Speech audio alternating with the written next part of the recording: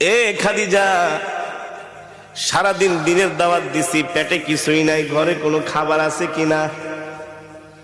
আম্মাজান খাদিজা বলে, ওগো প্রিয় স্বামী, আমাদের ওই যে ছোট একটা বকরি আছে, শুধু ওই বকরি থেকে সন্ধ্যাবেলা এক পেয়ালা দুধ দহন করে আপনার জন্য রেখেছি।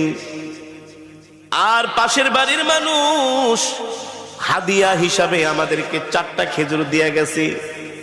আমি 2টো খেজুর খেয়ে 2টো খেজুর আর এক পেয়ালা দুধ প্রিয় স্বামীর জন্য রেখে দিয়েছি। আপনাদের কাছে আমার প্রশ্ন, সারাদিন না খাওয়া মানুষের কি এক পেয়ালা দুধে কি পেট ভরে, তৃপ্তি মিঠে? আম্মা জান আয়েশা রাদিয়াল্লাহু তাআলা আনহা আল্লাহর নবীর সামনে দুধের পেয়ালা হাজির করলেন। নবীজি অর্ধেক টুকুন দুধ খেয়ে অর্ধেক টুকুন দুধ আম্মা জানকে দিয়ে দিলেন।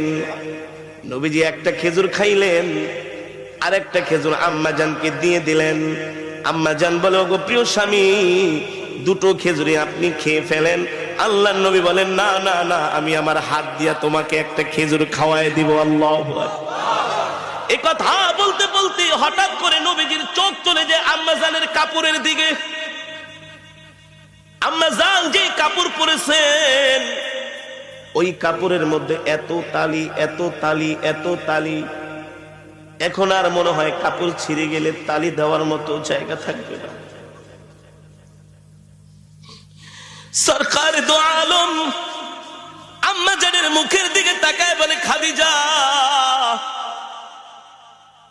এ খাদিজা, 40 মণ স্বর্ণ নিয়ে আমাকে বিবাহ করলা, কতটা মাস হয়ে গেল, ঠিক মতো কোনোদিন ঘরের বাজারও করি না, বাজার সদাইও আনতে পারি না, না খায়া থাকো। আজকে দেখলাম তোমার কাপড়ের মধ্যে এতগুলো শিলি। ও খাদিজা, একবারও বাজারের জন্য বললা না, কোনদিন বললা না বাজারে যাচ্ছেন, বাহিরে যাচ্ছেন, কিছু খাবার নিয়ে আসেন, এই কথাও বললো না। আমার কাপড় ছিঁড়া গেছে, একটা কাপড় পর্যন্ত নিয়ে আসেন। খাদিজা রে, 40 মণ স্বর্ণ নিয়ে আমাকে বিবাহ করলা, এই সম্পদগুলো আমি কোন জায়গায় ব্যয় করলাম একবার কোনোদিন ডাক দিয়া জিজ্ঞেস করলা না? তোমার সম্পদগুলো আমি কোন কাজে ব্যয় করেছি? আম্মা জান খাদিজা বলে, গো আল্লাহর নবী, আমি জানি আমার কলিজার টুকরা স্বামী ওই সম্পদগুলো আল্লাহর রাস্তায় দান করে দিয়েছেন, এই জন্য আমার জিজ্ঞেস করার কোনো প্রয়োজন নাই। আল্লাহু আকবার। আম্মা জান বলে, ঠিক আছে বুঝলাম। আল্লাহর নবী বলে, বুঝলাম, কিন্তু তোমার গায়ের মধ্যে ছিঁড়া কাপড় তালি দেওয়ার মতো জায়গা নাই, এই কথাও তো কোনোদিন বললা না, একটা শাড়ি কিনে আনেন। আম্মা জান বলে, আমি জানি আমার প্রাণের স্বামীর পকেটে পয়সা নাই, এই সময় যদি আমি শাড়ি কিনতে বলি আমার স্বামী কষ্ট পাবে, আমি আমার কলিজার টুকরা প্রাণের স্বামীকে কষ্ট দিতে পারবো না। আল্লাহু আকবার।